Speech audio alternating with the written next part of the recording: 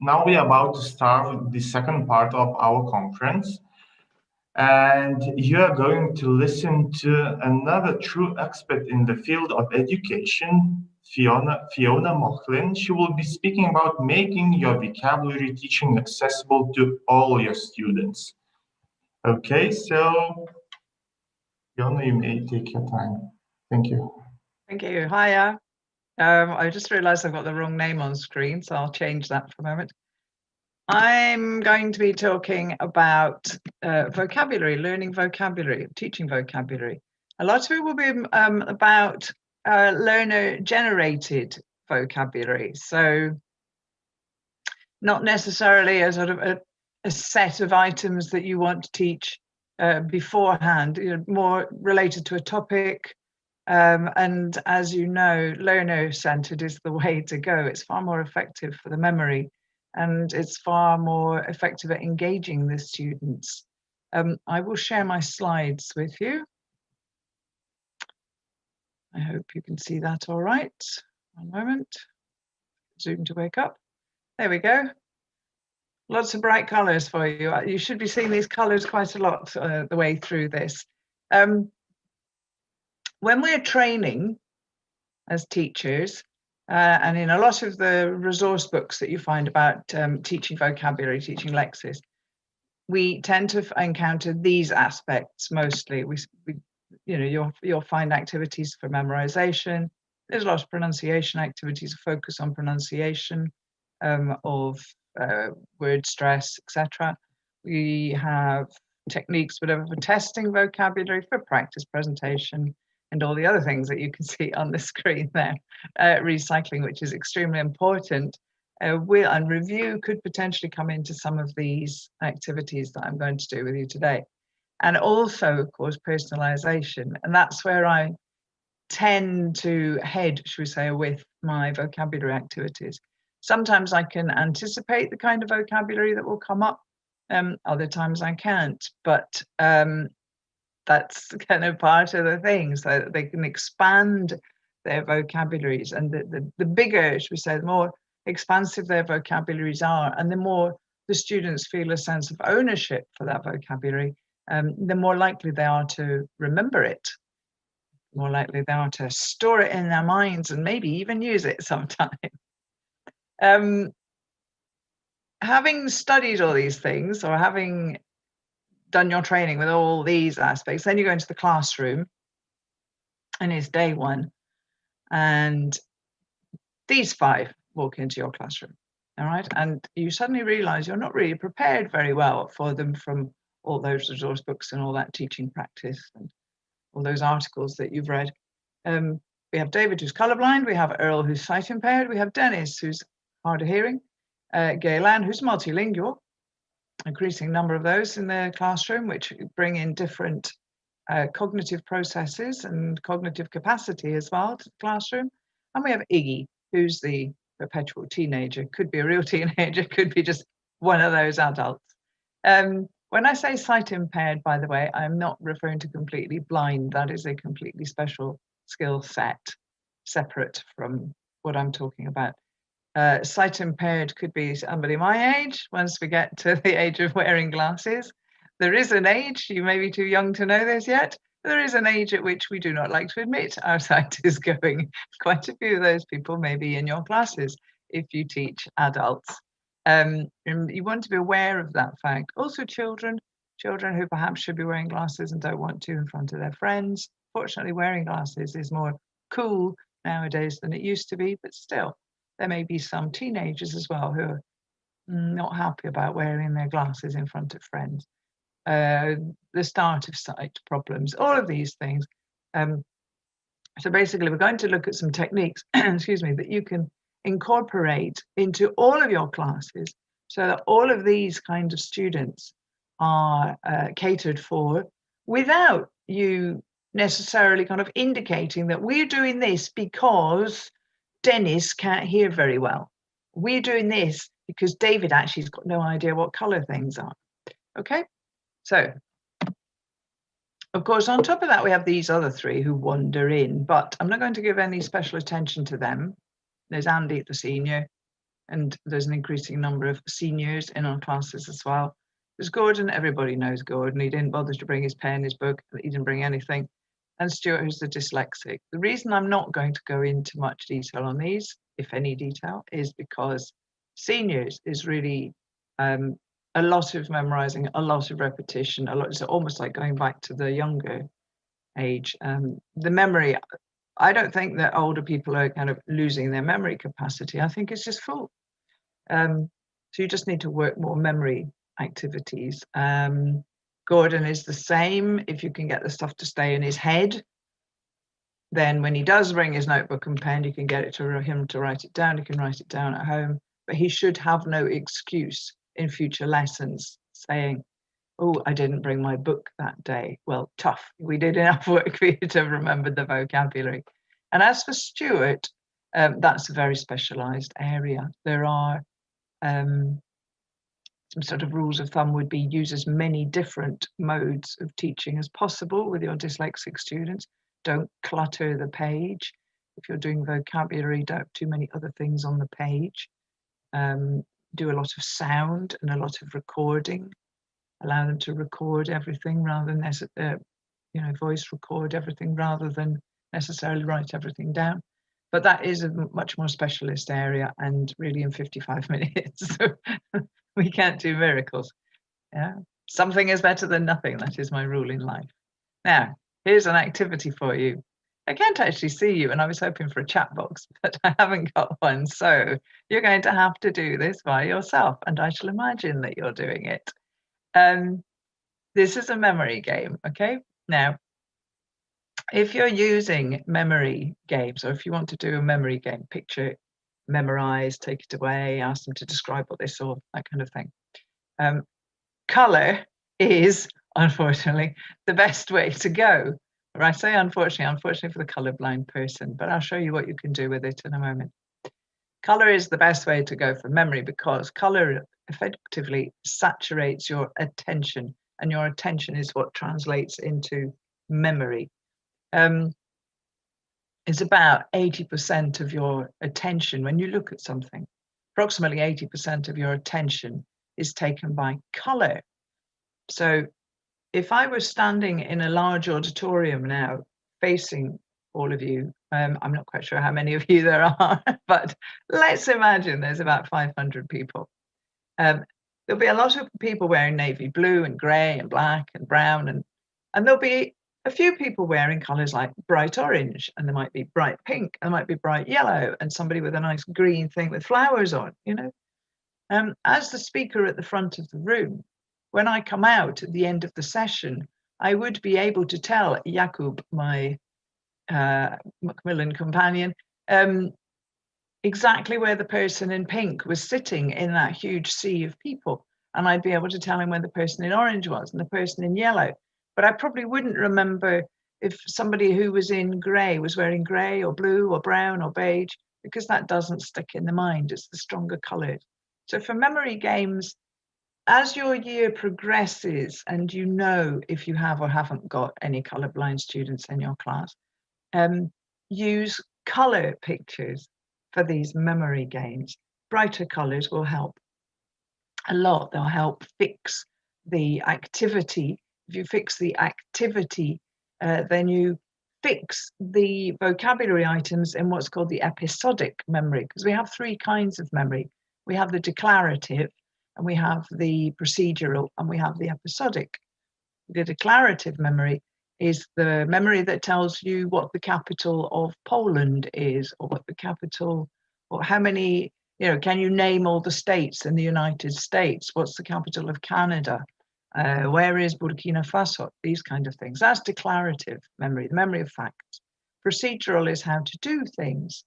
When you were very little and you were learning to write, you didn't pick up your pen or pencil correctly. You had to think about it. You probably held it like this. And you probably started by drawing the letters that you now write.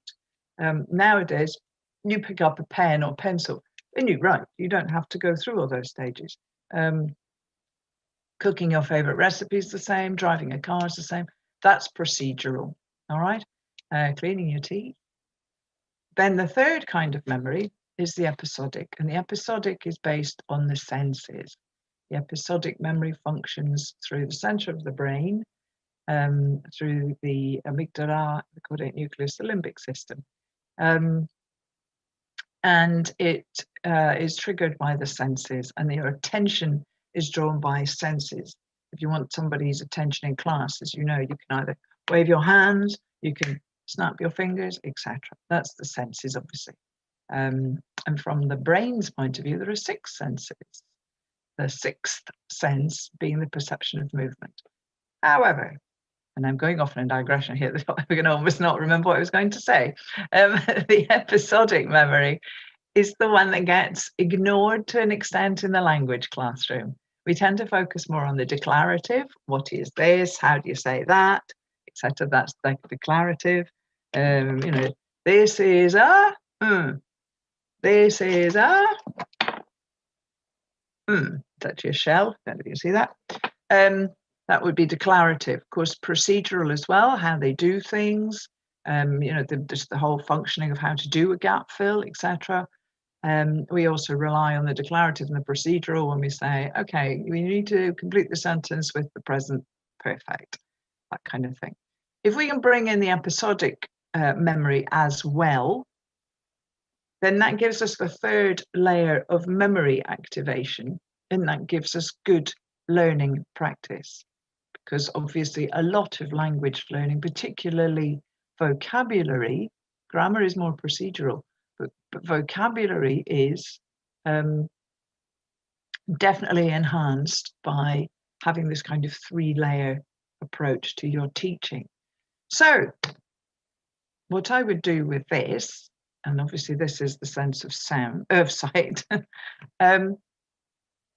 is I would ask students to memorize the picture for, in the classroom, possibly a minute.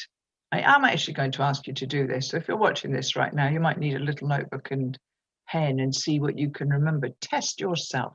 Testing yourself is always good. That's why we play those games on Facebook. Have a look at the picture. Memorize as much detail as you can about the 4 girls. Ignore the background. The 4 girls, because in a moment you're going to write sentences comparing them. Please don't write the sentences yet. All right, have a look. Have a look. Have a look. As I say, in the classroom, 2 minutes.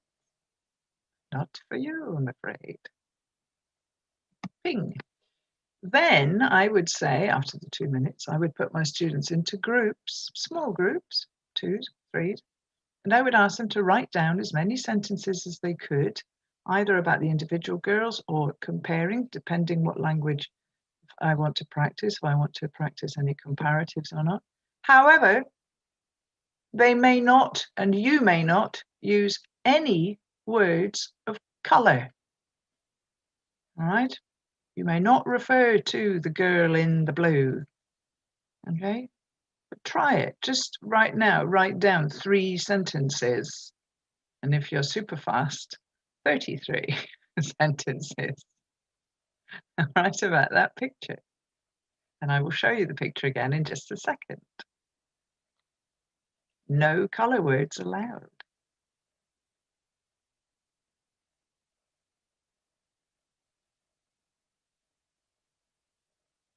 Okay, and while I'm here, I'll just say that ELT Pics, if you Google Flickr ELT Pics, you will find that picture resource.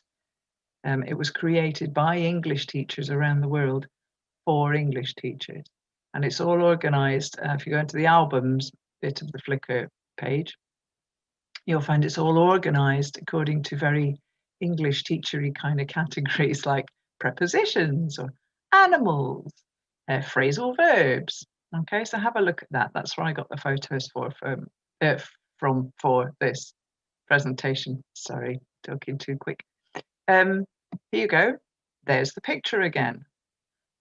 And now we can check it without the color, and we can see where we write the biggest smile, the longest hair, and the biggest earrings, the tallest girl, etc. All right, even the widest nose you could possibly do. Who's got the most bracelets, etc. And you'll start to focus on different details when you see it without colour. And it's a really good way of getting to check and then say, okay, now just correct your sentences a moment. And then, the reason for doing that kind of thing is these numbers. No, it's not a maths puzzle problem. These numbers, thinking of it, I'm allowing you a moment to think about them.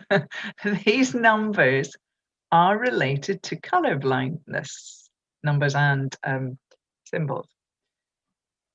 The three numbers across the top refer to, globally speaking, shall we say, three races. You've got white Caucasian people on the left, you've got black African races on the right, and in the middle you've got the Asian races, ethnic. 1 in 12 Caucasian boys has some kind of colour blindness. 1 in 17 Asian boys, and 1 in 20 black or African, Afro-American, whatever, boys has colour blindness. I suspect in your teaching context, you're at the left-hand end of that. 1 in 12 boys. So if you work in a boys' school or have predominantly boys in your classes, you've got 1, 2, maybe even 3 colourblind boys in there. So it is very much something to bear in mind. The XX refers to the fact that although there are 3 basic types of colour blindness, one of them does not exist in the XX chromosome people. So lady people, you don't have, there's one kind of colour blindness that is not in a Y chromosome. The Y chromosome gives us a better capacity to perceive colour, basically. And because women have 2, we've got a double chance of being able to see colour, perceive colour. For women, female people, lady people, females, it's 1 in 200. All right, because of the other 2 types, of the 2 types of colour blindness that female people can experience, they are the more rare types. If you've ever wondered what it's like to be colourblind, that is it. Top left is normal. Don't like the fact that it says normal, but anyway, the majority vision is the top left image there. That's how the majority of us would see those tomatoes. And the other 3 images, or the other 3 types, the deuteranomaly is the most frequent type of colour blindness, and that's the one that only people with a Y chromosome experience. All right, the bottom 2 is, both masculine or male rather than female. Okay, now you can see the issues that somebody with protanopia might have with colour pictures, tritanopia as well, in fact, all of them. So this is why it's something to bear in mind because we do live in a very visual period in history. We do use a lot of videos, we do use a lot of images, we convey a lot of information. In the primary classroom, we use a lot of flashcards and stuff. In the secondary classroom, we try to kind of tune into the teens' normal sort of mode of communication and learning. We use lots of images and stuff. So it's very, very, very worth bearing that in mind. Even in the colour of fonts that you use, if you use PowerPoint, and I must admit, in word clouds, I'm usually careful with word clouds, but I don't always remember with headings and stuff on presentations, which isn't great. Also, if you have a look, you get these kind of pictures. This is from a Macmillan book, and I can't remember offhand which one it is, but sorry. This is the typical exam preparation image for the children's exams, flyers and movers and so on. And of course, they often rely on colour, which is really quite difficult, shall we say, for children, or for some children. So at the beginning of the year, you're unlikely to know if you've got colourblind children in the class, teenagers, this picture's not appropriate for them, but at the beginning of the year, you won't know if you've got colourblind kids in the class. So when you're preparing this kind of activity, I wouldn't just sort of pile in and say, right, listen, what colour is the chair on the left? Where is the, I don't know, which is the red chair? You know, colour-based questions. When you're preparing your activities, particularly at the beginning of the year, put your pictures, you know, scan them, take a photo of them, whatever, put them into Word or put them into PowerPoint, double click on the image, and you can remove the color. It's a very simple thing to do. Most of you probably know that. If you double click or right click on the image, you get corrections and you get color filters at the top in the toolbar. Take out the color, prepare any questions that you're going to use with your classes like that. Now I can say, if I want to work on, can't work on color obviously, but if I want to work on the vocabulary in that picture, I don't start asking about the red chair and the blue chair. I then, you know, it's just a way of training your brain to say the chair on the left, the chair on the right, and not say what color is the bag. Just say, where is the bag? Look at the color, look at the jumper on the bed. Do you remember what color that was? There's no way that looks yellow now, you see? So take away the color when you're preparing. And if you're like me and you do give presentations and you give PowerPoint, you use PowerPoint, try to remember, which I don't always. Or any of these things where you're going to use color. For example, reward systems. If you're with primary, you may have a reward system, particularly at the moment, if you're in the COVID classroom. I'm not quite sure of your situation, your circumstance, but in the COVID classroom, of course, we need at the moment to make children feel even safer than usual. So motivation by reward system is really highly recommendable at the moment. If you have, for example, the reward for the good listener of the day and the good speaker of the day and the good friend of the day and the good teacher helper of the day, etc. The nice quiet one of the day. If you have those little awards and you use colored stars or something, instead of using colored stars, get into wingdings or webdings online and color, rather than color code or rather than only color coding, use the webdings as well so that you always have the same webding or wingding so that your blue good listener reward card always has the little hand on it or a smiley face or something. All right, so use as many things as you can as alternatives to color coding. All right, so that's another thing for colorblind. Also, when you do the memory type games, this is from Gateway. I love Gateway. It's Macmillan. As I say, the memory does function using color. So don't just take away the color picture. Put the two. You don't need to say black and whites for any of you that might happen to be colorblind. Give the options, because actually you do notice different things when you look at the black and white, just because you have to look slightly more carefully. Using colors the kind of slightly lazier way. So offer the two, put the two on. If you're teaching in a Zoom room like this, you know, in your materials for screen, in the classroom, give them the two pictures. And just ask the students to, you know, look at one of these pictures. It's the same picture. Look at whichever one you're comfortable with. Look at it for, in this case, 2 minutes, it says. And then close your book, cover the picture, or I switch off the thing on the screen, all right? Take it away. And then write the sentences. Notice what people were doing. So you now have a look at that. I know I can't directly ask you questions, but have a look. Then I will take it away and I'll ask you to do something. Have a look and see what you can remember about that picture. Sorry for talking over the top. I'm going to count to 10 silently. Have a look and see what details you can remember.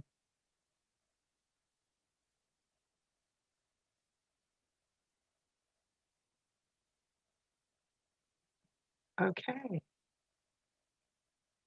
Now, of course, now in the classroom, I would put my students into pairs, get to write down as many sentences as they possibly could.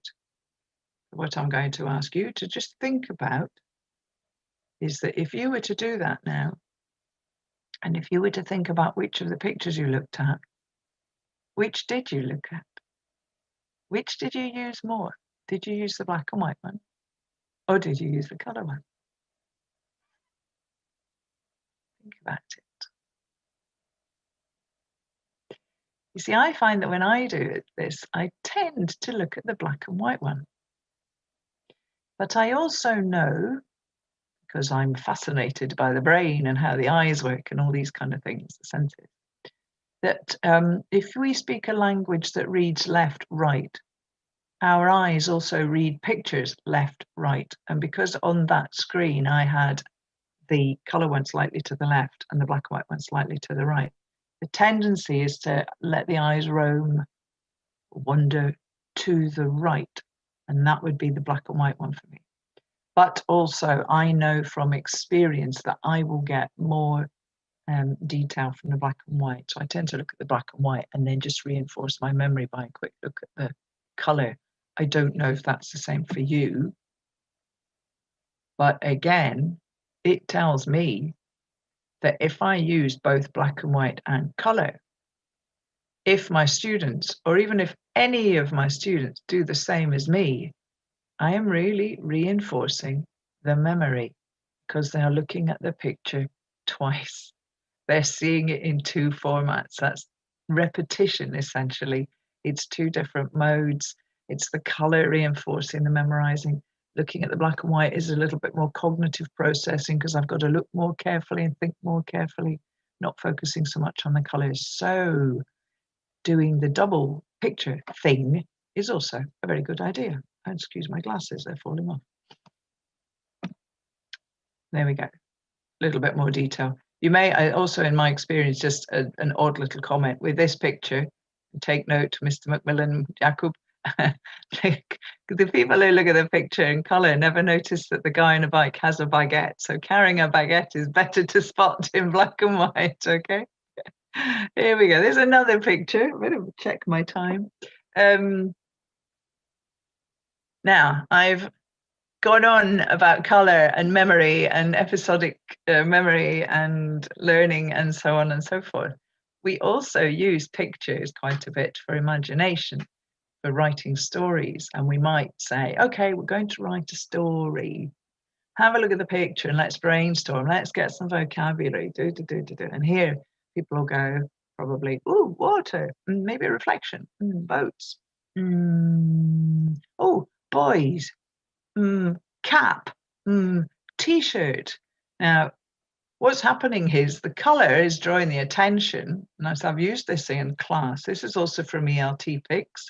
The photographer is called Ian James. I love this picture, but it is not good for an imagination activity, an imagination-based activity like guessing the story. It might possibly work for brainstorm and vocabulary, but you will tend to get the boats and the boy on the left's clothes, maybe the blue shoes, because of the thing about color drawing the attention. But if I actually then want to go on and use this picture to build a story, so start with a vocabulary and then go into telling a story, it's not a good picture.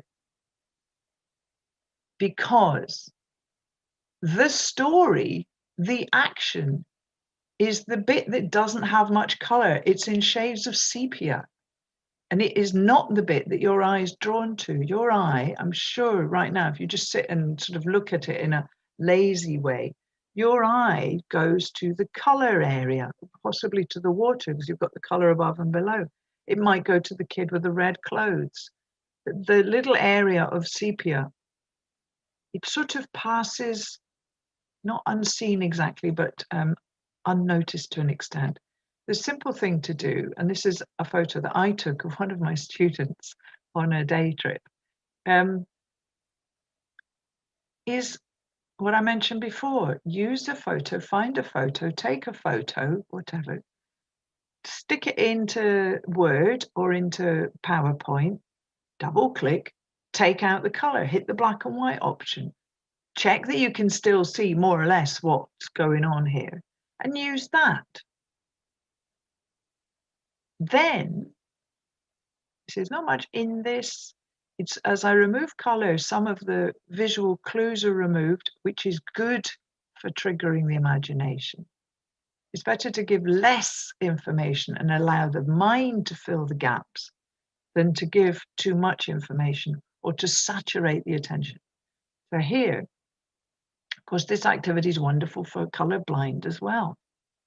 There's no sort of color distraction. So I'm using black and white. Then I say to my students, I want you to imagine, what can she see? What can she hear? What can she smell? What can she hear? How does she feel? How does the grass feel under her hands? All right. We go through that step by step. And if I were able to communicate with you, we would do it with you. I'm sorry. But just think about it. Just think for yourself. If you've got a pen and paper, just note it down. Have a look at it and imagine you're with her. And take a deep breath. And what can you smell? Just note it down. You can email me later because my email's at the end of this. Okay. What can she smell? And what can she hear? And if she looks around, apart from seeing me, the photographer, what can she see?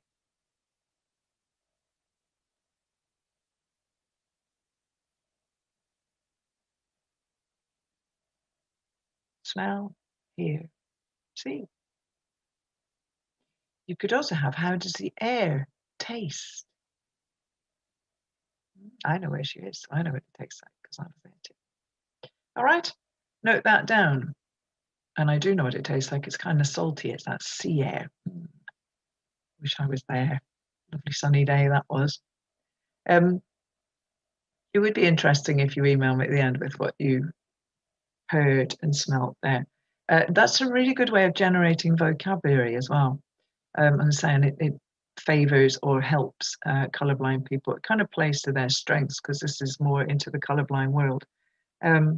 You can then ask your students if they really don't know the English for the words, like, I don't know, kelp, for example, you can go into mother tongue and then have a vocabulary moment. Now, I thoroughly encourage visualization, but I also thoroughly encourage, which is this really, imagination, visualizing and imagining smells and so on. But you cannot limit it by saying only write down the words you know in English.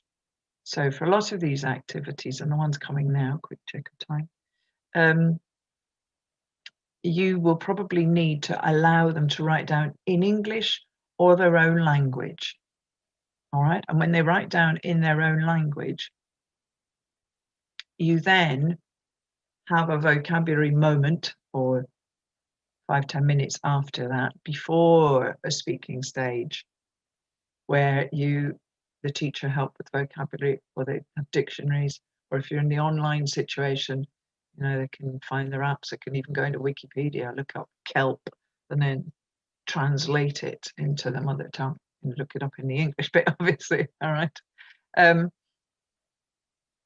Then they've got so much more vocabulary, and it's the vocabulary that came from their head, their senses, and it will be associated with a smell and with a sound and with a taste, etc. And that association of, it's like if I say to you marshmallow, if you know what a marshmallow is, there's something in your taste center in your brain automatically goes ping, and the taste center activates. And so that the word marshmallow, actually, if you've tasted one, it triggers that part of the brain. And so as you teach the English word for, or in my case, in your language, the word for marshmallow, the part of the brain being triggered really reinforces the memory because it's triggering the episodic. All right.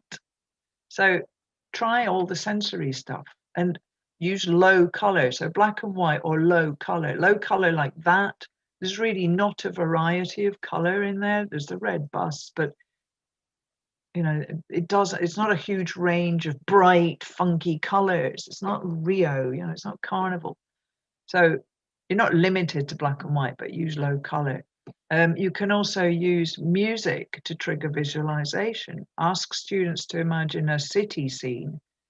Ask them to imagine, or tell them to tell, or ask them to tell you what they noticed about a city. And I do this one a lot. And they'll say traffic, people, shops, the light, the weather, if there's any trees, the signs, litter, etc., buildings, architecture, people, what people are wearing, people's expressions. So you put all that on the board, and then you say, okay, I'm going to play you a little piece of music, and I want you to visualize a city scene and think about those aspects. All right. And you actually don't just play one little piece of music, you play two, very short, because often it's the contrast that triggers the visualizing. Sometimes the first piece of music doesn't quite, and when you switch music, it does. And for the city, I often use Evanescence, Bring Me to Life, which is a real kind of dark, spooky. And the reason I use that one now, and usually just about always use that one, is because I know what vocabulary is going to come out of it. And I'm thinking, I want this kind of vocabulary. These are the items I'm hoping will come up. I also know there's going to be a lot of other items, and I might be surprised. But I do know I'm going to get dark and rainy and quiet and maybe scary. And I often get snowy, it's snowing. So I can kind of predict. I usually get a dead body on the ground as well with that piece of music, but still. And then the second piece of music I would recommend if you do the city one, Sharon Jones and the Dap Kings, a song called 100 Days, 100 Nights.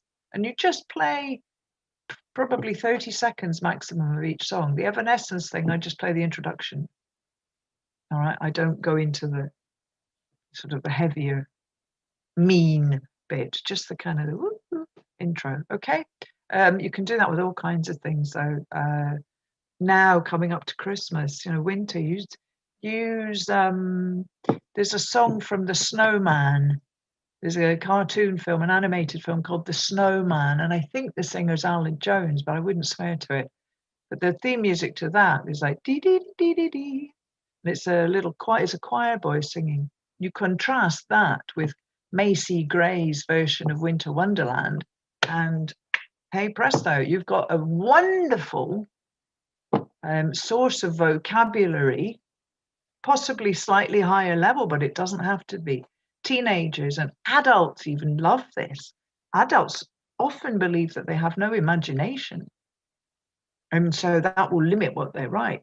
Use this. I've actually cried with joy correcting some compositions using the music and the winter thing and the snowman music and Macy Gray's Winter Wonderland, because the compositions were just so good, because they had generated so much vocabulary. The activity, we'd done the activity in class and we looked at the vocabulary. I worked in Spain. We looked at the Spanish and we translated it into English.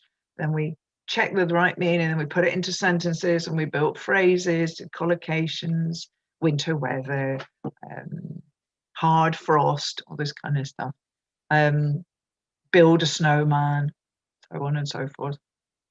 And then they wrote the descriptive essays, and they were so glorious. I actually produced it as a booklet. We illustrated it, and they all got that as a Christmas present from the course.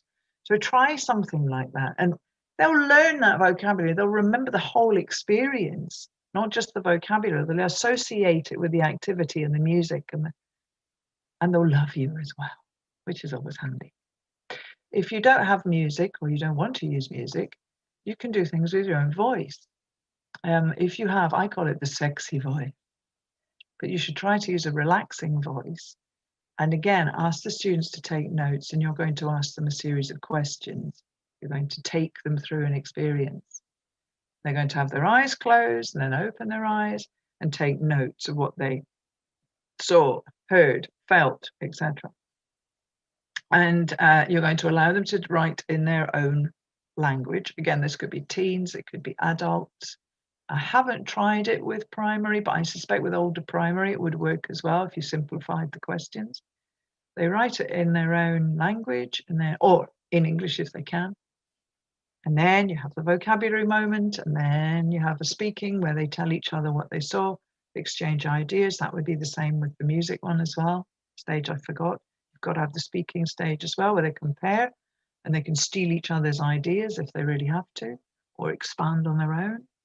And then writing, and with primary it would need to be writing sentences, but still. So I would do something like, it was a cold, dark night. I needed to ask you to close your eyes for this. Sorry. Say, it was a cold, dark night. You were standing alone in the middle of what? You visualize, you open your eyes, and you write down what you were standing in the middle of. And then the next question would be something like, oh, a sound to your left. You can just hear it. What is it? Again, they open their eyes, write it down.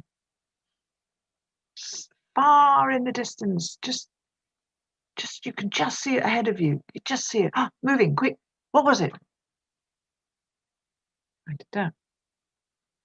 You know there's something behind you. You feel its presence. But you don't turn around. What is it? What do you think it is? What is it? Oh, write it down, etc. What can you smell? What can you hear to the right? A sudden loud noise from the right. What is it? Write it down. Okay, and you get these notes, and then you work from the notes into the English. That gives you a huge amount of vocabulary. You can share the vocabulary in small groups. You don't need to do a whole class. Whole groups, I don't know what your COVID classroom is like, but it does work. You just turn the chairs, and you just need to be a little bit tolerant of noise. Stand in the middle, don't stand at the front. Exchange their ideas, and so on and so forth. All right, and then they can use it for compositions. Now, all that was about colorblind, and I've only got about, let me see, I've got 20 minutes, we're okay. For the sight impaired, we're going to green here. Sorry, color coding. Anything about don't use color for colorblind people, I do apologize. The green, this is sight impaired. Now, for people who've got sight issues, and particularly ones who don't want to tell you, so just bear in mind doing these, using the other senses, as well as always pictures and always videos. So as I've just said, music and voice, etc. It will really help people with any kind of sight issues.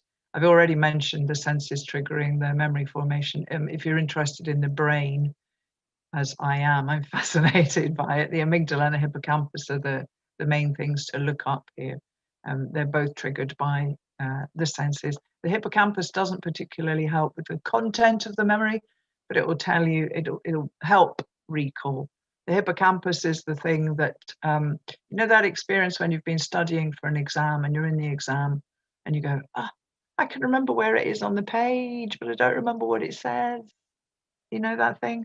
Well, that's the hippocampus, because the hippocampus creates maps, but it needs backup from the amygdala, and there's two amygdala, the amygdala and the caudate nucleus, which is another part. All right, so, you know, use mapping, use picture, use sound, use smell, use them all, right? Smell, but how can you use smell in a classroom? Don't ask students to smell each other. No, obviously not, and particularly in the COVID classroom. Can't get close enough. And if they can smell each other from a distance, But as well as having a mind's eye or an inner eye, you have an inner nose, you have a mind's nose. So you, the teacher, can just suggest smells, and the students' minds will smell them. An activity that I use as well for vocabulary, and then we go from the vocabulary, well, it's not so much from to writing a description, but I use the description writing to reinforce or recycle the vocabulary. You can start with one word. I'd like to start with 3 words. but each one is a smell. All right. And I ask the students to close their eyes and listen to the word and imagine the smell of the thing. Right. And then they have to note down at least 3 words, between 3 and 5 words. One word, or at least one word, must be an adjective. I'm going to ask you to do this, so note what I'm saying. One word must be an adjective. One word must be a place, but a common noun, not a proper noun. So not a name, not Hampton Court, but a castle, for example. And one word must be a person, but again, not their name. So not Max, but son. My younger son's called Max, or not William and Max. William will complain if he ever finds out I didn't name him. So they have to write down an adjective, a place, and a person. And if they want another 2 words, and you're going to have to do it now. So if you've got that notebook and paper, close your eyes and for a moment think coffee. The smell of coffee.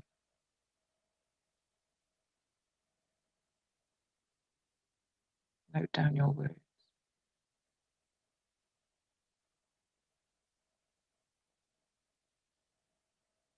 Second one, grass, as in garden. Cut grass,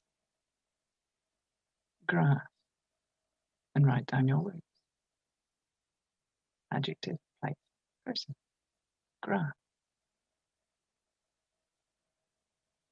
I'm actually getting sounds as well right now, not just smells. And the third one that I use, and I use a lot, is swimming pool.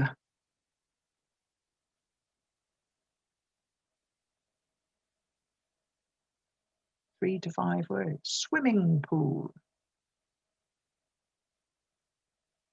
All right. So they've written down their words.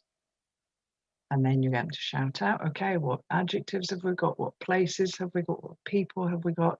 You can write it on the board. You can have a big list of adjectives, list of places, list of people. You can have separate, so you've only got coffee, you've only got grass, you've only got pool. You can mix it all up. It doesn't matter. You're going to get a lot of vocabulary on your board.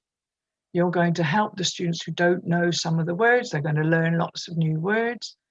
And then you're going to say, okay, use all this stuff. I want you to choose 4 adjectives, 1 place, 2 places, 3 people. Write a description, write a story, write a sketch, perform a sketch, etc. All right. So you could do lots with that. And again, as I say, if they need to do it in their first language, they can. But you need that the dictionary or teacher help stage as well. Okay. That one, though, I often find they'll write words that they already know. Though for me, swimming pool, prickly, because that smell of chlorine, prickly, then I can add in some words if I want them to. You can also kind of predict what people are going to say. Not completely.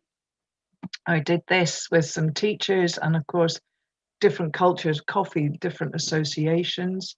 So that was really interesting as well. I learned some cultural stuff as well from that. Touch, you can use, I've got here, better check my time as well. Yep, still okay.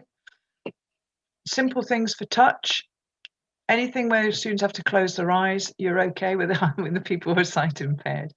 You don't need a massive amount of stuff. You can do, I've got this here actually from teacher training last week by chance.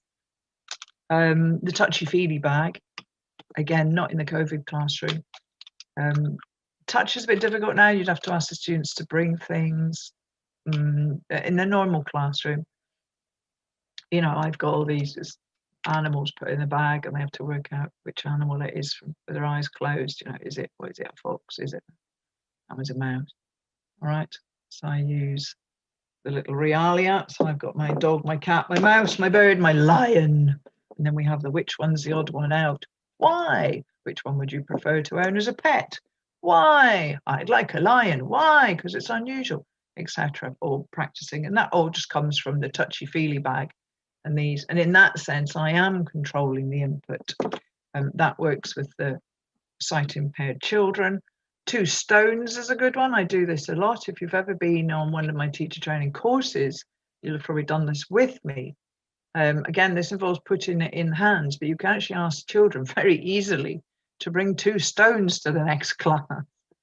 And if you put the stones, I doubt you've got 2 right by you right now, but if you do, try this. And if not, try it later. Pick up 2 stones, hold one in each hand, close your eyes, and then start thinking of the adjectives that you need to describe them.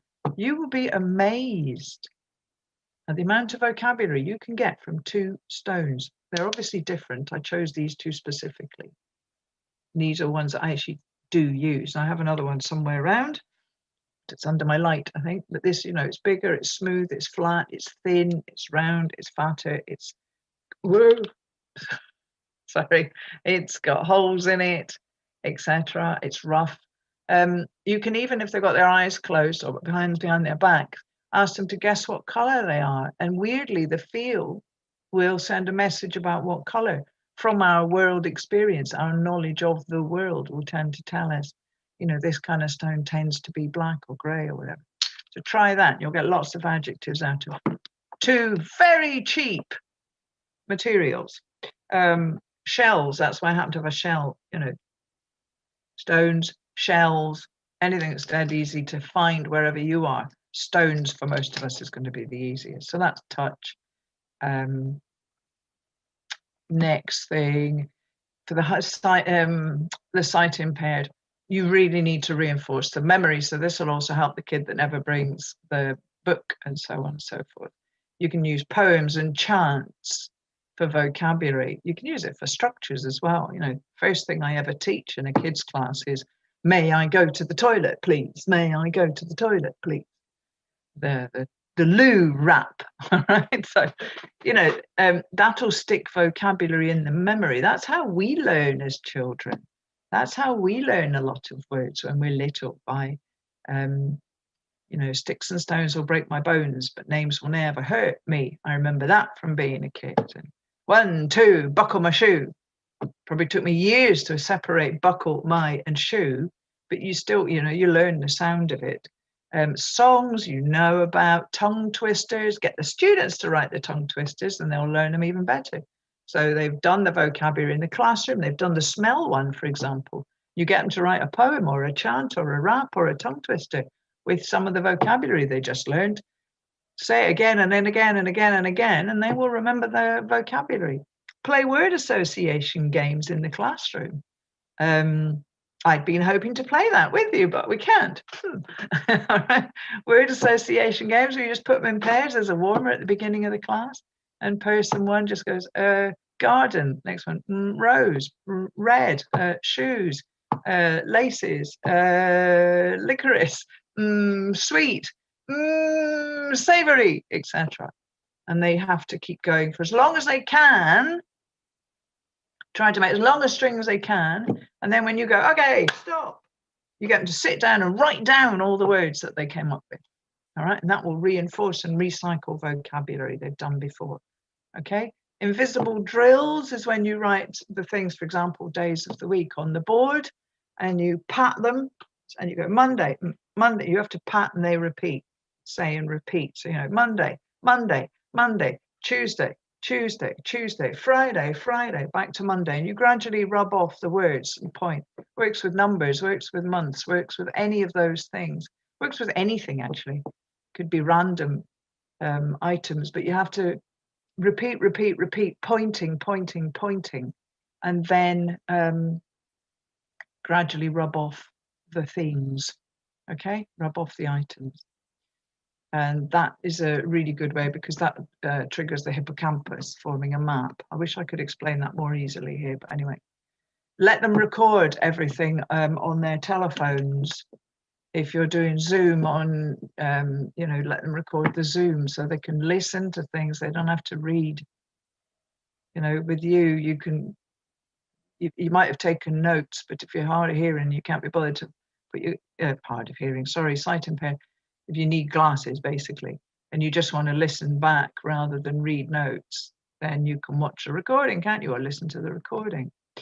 For the hard of hearing, I'm really not going to have time to finish, but you can email me. I'll whiz to the final slide in a moment, and you can ask me for the slides or ask me for information about the others. But the hard of hearing are the worst hit by the COVID thing, because it tends to be lip reading. And I don't know about you, but we have to wear masks in the classroom. As a teacher, I have a transparent mask. I got an email this week saying that from January, I get a transparent mask, which is useful. But that still means it's only my mouth they can see. But be very careful of things like gesturing in front of your face, hair going in your face, anything like that. Or talking to the board when you're presenting, you know, putting the flashcard and going, what's this? No, look forward, always look forward so they can read your lips. Anybody with any kind of hearing impediment, it's also good for teaching pronunciation. They should be able to see you going bird, bird, not beard, beard, it's bird, bird, you know. All right, so be very careful. And you can raise the classmates' awareness by playing those read my lips games where they're in pairs. And again, in COVID, if they can take their masks off, you can do this. If they can't, they're not really, you know, they can stand at a distance, but the read my lips is when you're going.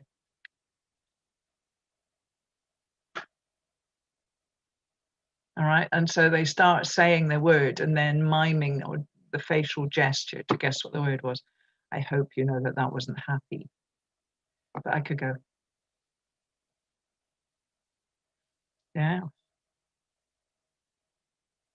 Etc. Right, and they guess. So that's an easy one, and it trains the classmates as well as practicing the pronunciation, and the physicality of the mouth movements will help them remember the word. You know how to convey the word sad. So the whole thing, okay. And also for the hard of hearing, they need multiple channels of presentation, flashcards, word cards, small letters, big letters, realia. The hard of hearing need all those to reinforce, because they're not necessarily hearing you. They need to see, but they also need to see the concept, and they need to see the spelling. All right. I'll skip that one. This was for multilingual. I've only got a couple of minutes, but for multilingual learners, use the two languages, but or the three languages, but get them to do a lot of comparative stuff. These are based on the senses. Again, it's metaphorical language. If you say, you know, I enjoy to speak, really moving. If you translate the word moving into your language, can you actually use your language word for moving? Like, I am moving the stone from left to right. Can you use the same word or not? And get them to do comparative. And by using the word moving, then the movement sense in the brain, which is the sixth sense, will be triggered, and it will help reinforce. You know, it's chucking it down outside. Chucking means throwing. Can you use that in the equivalent word in your language? You know, can you translate? You must be kidding. Mate. Can you use mate? Bitterly disappointed. The word for bitter. Can you use bitterly in your language in the same context? You know, could you translate that into your language and use the exact word for bitter? In Spanish, you know, amargamente, you can't, etc. Work that kind of stuff, and you will really use what a multilingual learner can bring to the classroom, and you will help them learn the word in English. The word bitterly, you see, triggers the taste buds. Once you've made the association with bitter, then you teach bitterly, and bitterly disappointed, they can kind of taste the disappointment, and that will help them fix it in the mind. And finally, so I am nearly there. For Iggy the teenager, all of that. Take a screenshot, take a photo of it, but do remember that teens' brains, the prefrontal cortex is not fully developed yet. The limbic system is the bit that's developing. The limbic system is in the middle. It's the bit with the senses. It's the bit you need to trigger most. It's also the bit that has expression and vocabulary. Ooh, that's useful. But it doesn't have grammar. Grammar's at the front. And rational thought is at the front. It's in the prefrontal cortex. And it doesn't fully develop until around about the age of 27. So most of your teenagers, or rather most of your learners, are probably teenagers. They are, cognitively speaking, they're still in the teen zone. So all this sort of talk of grammar and grammar and grammar is going to go whoosh over a lot of people's heads. The really analytical, and as you know, it's variable who develops when, but the really analytical will only favor some people, whereas the sensory will favor all people. And that's why this session is more about senses and triggering the senses, because it's for reaching all our students. Et voila, as I've been saying recently, because I've been teaching Tunisians. Thank you very much for having me. Thank you very much to Macmillan. Thank you very much to Spiesa, if that's how you pronounce it. Thank you to the always awesome Jakub and Ignace, who's the guy on screen with me. And thank you to you who are watching and listening. And I'm just going to ping this very quickly. Ignore the promo, but there's my email if you want to send me your answers to some of those exercises. You can probably contact Ignace and he can pass it on to me as well. And it's been great to be here, and I'm amazed I did actually manage to do it. Thank you, Fiona. You did great, actually. It was a very interesting presentation, all of the methods and techniques. I think this is something that not all of the teachers can come up with on the usual daily basis. So thank you very much. You're welcome. We have some questions, which you may answer at our Q&A session. So Yes. Thank you for now.